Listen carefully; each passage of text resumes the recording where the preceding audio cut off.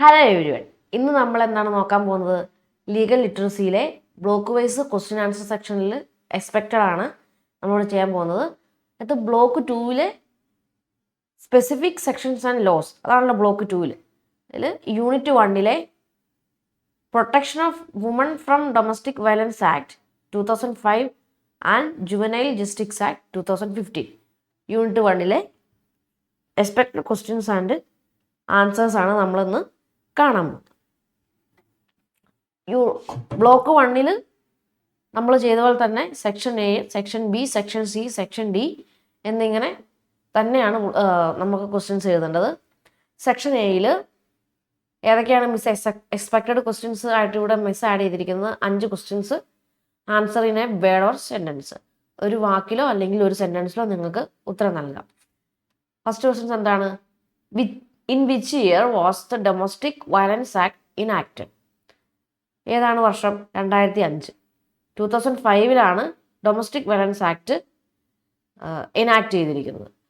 ഉത്തരവും ആൻസറും സിമ്പിളായിട്ട് നിങ്ങൾക്ക് അവിടെ ചെയ്യാൻ പറ്റും. രണ്ടാമത്തെ ക്വസ്റ്റ്യൻ എന്താണ്? What does PWDVA stands for? എന്താണ്? Protection of woman from domestic violence act. സിമ്പിളായിട്ട് നിങ്ങൾക്ക് കൃത്യമായിട്ട് ചാപ്റ്റർ മനസ്സിലാക്കിയിട്ടുണ്ടെങ്കിൽ എഴുതാൻ പറ്റും. മൂന്നാമത്തെ ക്വസ്റ്റ്യൻ എന്താണ്? In which year was the juvenile justice act enacted? Answer 2015. 2015 juvenile justice act enact ചെയ്തിരിക്കുന്നത്. നാലാമത്തെ ക്വസ്റ്റ്യൻ എന്താണ്? Who is A juvenile? Basic understanding ആയിട്ടുള്ളൊരു ക്വസ്റ്റ്യൻ ആണ്. എന്താണ് ജുവനൈൽ എന്ന് മനസ്സിലാക്കാതെ ഒരിക്കലും ജുവനൈൽ ജസ്റ്റിസ് ആക്ടിനെ കുറിച്ചൊന്നും നമുക്ക് മനസ്സിലാക്കില്ല. അപ്പോൾ A person below 18 years of age, അതായത് 18 വയസ്സിൽ താഴെയുള്ള ഒരാളെയാണ്, അല്ലെങ്കിൽ ഒരു സ്ത്രീയോ പുരുഷനോ ആരും ആവാം, അവരെയാണ് ജുവനൈൽ എന്ന് ഡിഫൈൻ ചെയ്തിരിക്കുന്നത്. അപ്പോൾ സിമ്പിളായിട്ടുള്ള ക്വസ്റ്റ്യൻ ആണ്, പക്ഷേ അതുപോലും അറിയാതെയാണ് ആ ചാപ്റ്ററിലേക്ക് വന്നതെന്നുള്ളത് ഇല്ലയോ നമുക്ക് മനസ്സിലാക്കാൻ വേണ്ടിയിട്ടാണ് ആ ഒരു ട്രിക്കി ക്വസ്റ്റ്യൻ അവിടെ വന്നിരിക്കുന്നത്. അഞ്ചാമത്തെ എന്താണ്? Which act protects children in need of care and protection? ഏതാണ്? Juvenile justice act 2015. ഓക്കെ, കൃത്യമായിട്ട് ആ ആക്ടിനെ കുറിച്ച് നിങ്ങൾ ആ ചാപ്റ്ററിൽ പറഞ്ഞിരിക്കുന്നതെല്ലാം മനസ്സിലാക്കിയിട്ടുണ്ടോ എന്ന് മനസ്സിലാക്കാൻ മാത്രമാണ് ഇത്രയ്ക്കുള്ള ക്വസ്റ്റ്യൻസ് ചോദിച്ചിരിക്കുന്നത്. പിന്നെ സെക്ഷൻ ബിയിലേക്ക് വരുമ്പോൾ 2 മാർക്കിൻ്റെ ക്വസ്റ്റ്യൻസ്, 2-3 സെൻറ്റൻസിൽ ആൻസർ ചെയ്യേണ്ടത്. അത് ഏതാണ് മിസ്സ് തയ്യാറാക്കിയിരിക്കുന്നത്? What is domestic violence? എന്താണ് ഡൊമസ്റ്റിക് വയലൻസ്? ബേസിക് അണ്ടർസ്റ്റാൻഡിങ് വേണം. ആ ക്വസ്റ്റ്യൻ ഡെഫിനേഷൻ മാത്രമാണ് അവിടെ നമ്മൾ എഴുതേണ്ടിയിരിക്കുന്നത്. Domestic violence includes physical, emotional, sexual, verbal and economic abuse against a woman with a domestic relationship. നമ്മുടെ നാട്ടിൽ നിലനിൽക്കുന്ന ഏറ്റവും ബേസിക് ആയിട്ടുള്ള, എല്ലാവരും അറിഞ്ഞിരിക്കേണ്ടതായിട്ടുള്ള ഒരു ആക്റ്റാണ് ഡൊമസ്റ്റിക് വയലൻസ് ആക്ട്. ഇപ്പം നമ്മൾ ടി വിയിൽ, ന്യൂസ് പേപ്പറിലൊക്കെ കണ്ടിട്ടുണ്ട്. എത്രയോ പേര് സ്ത്രീധനത്തിൻ്റെ പേരിലും അല്ലാത്ത പല കാരണങ്ങളുടെ പേരിലും വയലൻസും, സ്ത്രീകൾ ആത്മഹത്യ ചെയ്യുകയൊക്കെ ചെയ്യുന്ന ആ ഒരു ഭാഗങ്ങളാണ് നമുക്ക്, ഈ പ്രൊട്ടക്ഷൻസൊക്കെയാണ് നമുക്ക് ഇത്തരം സന്ദർഭങ്ങളിൽ നമുക്ക് കിട്ടും. അപ്പം നമുക്ക് ബേസിക് നോളജ് ഉണ്ടെങ്കിൽ നമ്മുടെ റൈറ്റ്സ് എവിടെയെങ്കിലും വയലേറ്റ് ചെയ്യപ്പെട്ടുണ്ടെങ്കിൽ നമുക്ക് കൃത്യമായിട്ട് പോലീസിനോട് കംപ്ലൈൻറ്റ് കൊടുത്ത് നമുക്കത് നേടിയെടുക്കാൻ സാധിക്കും. അപ്പം ബേസിക് അണ്ടർസ്റ്റാൻഡിങ് നമ്മൾ എന്തായാലും ഈ ചാപ്റ്ററിൽ കിട്ടണം.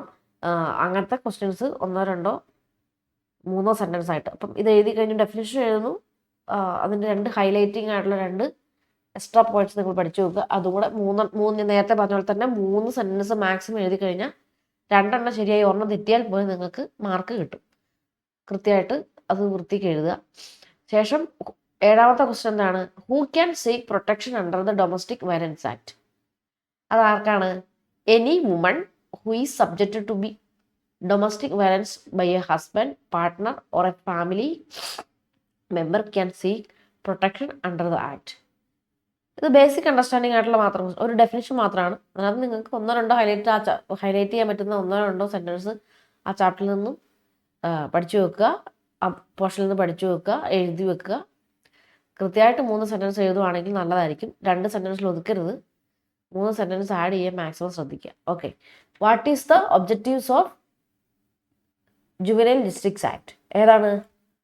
Act aims to protect, care for, rehabilitate and reintegrate children in conflict with law and children in need of care. Juvenile justice ആക്ടിൽ എന്തൊക്കെ ഒബ്ജക്റ്റീവ്സ് ആണ് അതിൻ്റെ എന്നുള്ളതാണ് ഇവിടെ ഒരു ക്വസ്റ്റ്യൻ ചോദിക്കുന്നത്. 3 സെൻറ്റൻസ് ആയിട്ട് നിങ്ങൾക്കത് കൃത്യമായിട്ട് എഴുതാൻ പറ്റും. ഇഷ്ടംപോലെ പോയിന്റ്സ് ചാപ്റ്ററിലുണ്ട്. ഇതിലും ഇമ്പോർട്ടൻ്റ് ആയിട്ടുള്ള 3 പോയിന്റ്സ് പഠിച്ചു വെക്കുക. ഡെഫിനേഷൻ എന്തായാലും ആദ്യം എഴുതണം. ശേഷം നിങ്ങൾ എഴുതുന്ന സെൻറ്റൻസ് 2 അത് നിങ്ങൾക്ക് ഇമ്പോർട്ടൻ്റ് ആണെന്ന് തോന്നുന്ന 2 ഹൈലൈറ്റ് ചെയ്യാൻ പറ്റുന്ന രീതിയിലേക്ക് സെൻറ്റൻസ് പഠിച്ചു വെച്ച് എഴുതുക. What is a child welfare committee? എന്താണ്?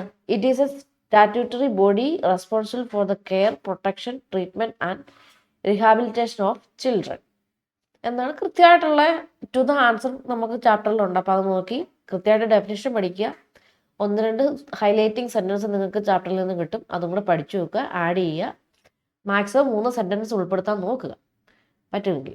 സെക്ഷൻ സിയിലേക്ക് വരുമ്പം 5 മാർക്കിൻ്റെ 2 ക്വസ്റ്റ്യൻസ് ഒരു പാരഗ്രാഫ് ആക്കി എഴുതുക. എന്തൊക്കെയാണ് ഒരു പാരഗ്രാഫിൽ വരേണ്ടതെന്നുള്ളത് മിസ് മുന്നേ ഉള്ളത് ഒക്കെ എക്സ്പ്ലെയിൻ ചെയ്തിട്ടുണ്ട്. ഒരു ഡെഫിനിഷൻ, ഒരു ചെറിയൊരു കണ്ടൻറ്റ്, ഒരു കൺക്ലൂഷൻ പോലെ എഴുതുവാണെങ്കിൽ വളരെ നല്ലത്. എന്തെങ്കിലും എക്സാമ്പിളായിട്ട് നിങ്ങൾക്ക് ഒരു കേസോ അല്ലെങ്കിൽ ഒരു ഡിസ്പ്യൂട്ടിൻ്റെ ഡീറ്റെയിൽസ് നിങ്ങൾക്ക് അവിടെ ആഡ് ചെയ്യാൻ പറ്റുമെങ്കിൽ വളരെ നല്ലത്. മിസ് തയ്യാറാക്കുന്ന ക്വസ്റ്റ്യൻ എന്താണ്? Explain the importance of the domestic violence act. The Act protects women from various forms of abuse within the family. It provides legal remedies such as protection orders, residence orders, and monetary relief. The Act promotes gender justice and women's safety. കണ്ടില്ലേ? അതായത് നിങ്ങൾ അതിനെക്കുറിച്ച് clarify ആയിട്ടുള്ള ഒരു ഉത്തരം കൃത്യമായിട്ട് definition എഴുതുക, ഒരു കണ്ടന്റ് എഴുതുക, ഒരു കൺക്ലൂഷൻ എഴുതുക. അത്രയേ വേണ്ടൂ. ഒരു പാരഗ്രാഫിൽ നിങ്ങൾ അത് എഴുതി കഴിഞ്ഞാൽ കൃത്യം ഫുൾ മാർക്ക് നിങ്ങൾക്ക് കിട്ടും. കാരണം എല്ലാം ടു ദ ക്വസ്റ്റ്യൻസ് ആണ്. ടു ദ ആൻസർ വൃത്തിയായിട്ട് എഴുതുവാണെങ്കിൽ നിങ്ങൾക്ക് ഒരു മാർക്കും കുറയില്ല. 10ാമത്തെ ക്വസ്റ്റ്യൻ എന്താണ്? Explain the significance of the juvenile justice act. കണ്ടോ? നേരത്തെ പറഞ്ഞ പോലെ തന്നെ സിഗ്നിഫിക്കൻസ്, ഫീച്ചേഴ്സ്, ഒബ്ജക്റ്റീവ്സ് എന്നൊക്കെ പറഞ്ഞ് തിരിച്ചും മറിച്ചും ചോദിക്കും. കൃത്യമായിട്ട് നമ്മൾ സബ് ഹെഡിങ്സിനകത്ത് ഉള്ള പോയിന്റ്സ് വൃത്തിക്ക് ബുള്ളറ്റ് പോയിന്റ്സ് ആണെങ്കിൽ പോലും നിങ്ങൾക്ക് ഇനിയിപ്പോൾ ഒരു പാരഗ്രാഫിൽ എഴുതാൻ കാര്യമില്ല എങ്കിൽ പോലും ഒരു 4-3 ബുള്ളറ്റ് പോയിന്റ്സിൽ നിങ്ങൾക്ക് എഴുതി വെക്കാൻ പറ്റുമെങ്കിലും നിങ്ങളവിടെ ചെയ്യുക. കാരണം മാർക്ക് കിട്ടും. പോയിന്റ്സ് കൃത്യമാണെങ്കിൽ മാർക്ക് കൃത്യമായിട്ട് വീഴും. സെക്ഷൻ ഡിയിലേക്ക് വരുമ്പം 10 മാർക്ക് ഫോർ ഈച്ച് 2 essays. എന്താണ്? മിസ് തയ്യാറാക്കിക്കുന്ന ഒരു question. Discuss the provisions of the protection of woman from domestic violence act 2005. ഇതിൽ ആൻസർ എന്തൊക്കെ ഉൾപ്പെടുത്തണം? മീനിങ് ഓഫ് ഡൊമസ്റ്റിക് വയലൻസ് മനസ്സിലായില്ലേ? Rights and protections of available in the available rights. പിന്നെ എന്താണ്? Protection and residence orders. Okay.